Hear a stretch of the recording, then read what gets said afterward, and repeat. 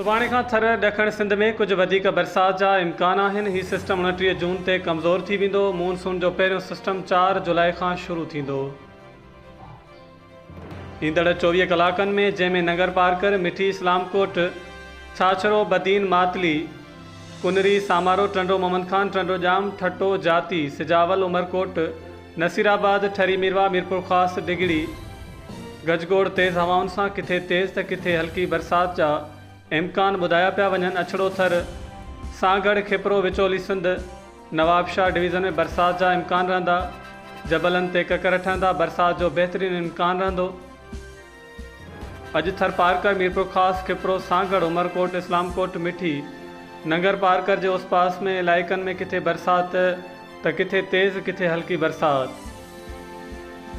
अॼु शाम धारे थर पारकर, उमरकोट, कुछ इलाइक़नि बदीन डिस्ट्रिक्ट जा मॉनसून बरसात जा तमामु सुठा इम्कान आहिनि। उन सां गॾु अछड़ो थर, सागड़, खैरपुर, मीरस, सखर, घोटकी जे उभरंदड़ पटी वारनि इलाइक़नि में गजगोड़ वारा ककर ठहण जा इम्कान। हिन वक़्तु थर पारकर जे मुख़्तलिफ़ इलाइक़नि में बरसात वारो माहौल ठहणु शुरू थी वियो। उनखां अलावा उत्तर सिंध जे इलाइक़नि सां गॾु ओलह सिंध जे इलाइक़नि खीरथर पहाड़ी सिलसिले ते ककर ठहण जा इम्कान आहिनि।